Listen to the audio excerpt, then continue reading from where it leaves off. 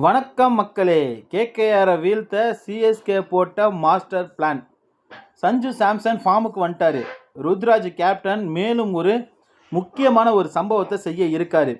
தல தோனி இன்றைய போட்டியில் விளையாடுவதற்கு 90% வாய்ப்பு இருப்பதாக ருத்ராஜ் பார்த்தீங்கன்னா தற்போது ஒரு தகவலை வெளியிட்டு இருக்காரு. ஃபஸ்ட்டு 3 மேட்ச்சில் சிஎஸ்கே படுதோல்வி அடைஞ்சது. அதில் சஞ்சு சாம்சன் ஃபார்முக்கு வரல, பிராவிஸும் ஆட்டத்தில் இல்லை. ஆனால் தற்போது சஞ்சு சாம்சன் ஃபார்முக்கு வந்துட்டாரு, பிராவிஸ் ஆட்டத்துக்குள்ளே வந்துட்டாப்ல. தலை தோனியும் தற்போது ஆட்டத்துக்குள்ளே வர இருக்காரு.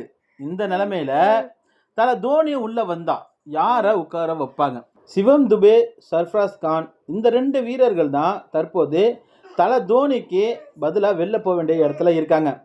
இதனால யாரை வெளில போவாங்க அப்படின்னு மிகப்பெரிய எதிர்பார்ப்பு இருந்து வருகிறது. கண்டிப்பாக சிவம் துபே பார்த்தீங்கன்னா வெளில போகிறதுக்கான வாய்ப்பு இல்லை. சர்ஃப்ராஸ் கான் தான் தலை தோனி உள்ளே வந்தால் வெளியில் போவதற்கான வாய்ப்பு இருக்கிறது. இதனால் கேகேஆரை எதிர்த்து களமிறங்க போகிற அந்த பிளேயிங் 11 அணி இதுதான். தோனி உள்ளே வந்தார் அப்படின்னா சஞ்சு சாம்சன் பார்த்தீங்கன்னா கீப்பிங் பண்ண மாட்டார், ஃபீல்டிங் தான் பண்ணுவார். கீப்பராக தலை தோனி பார்த்தீங்கன்னா ஆட்டத்துக்குள்ளே இருப்பார். இன்றைய போட்டியில் பிளேயிங் 11 அணியில் ஒரே ஒரு மாற்றம் மட்டும்தான். சர்ஃப்ராஸ் கான் ஆட்டத்தில் இருக்க மாட்டார். ருத்ராஜ் கேக்வாட், சஞ்சு சாம்சன், ஆயுஷ் மாத்ரே, சிவம் துபே, தலை தோனி, பிராவிஸு, ஓவர்டன், இந்த 7 அதிரடி பேட்ஸ்மேன்கள் தான் இன்னைக்கு கேகேஆரை எதிர்த்து களமிறங்க இருக்காங்க.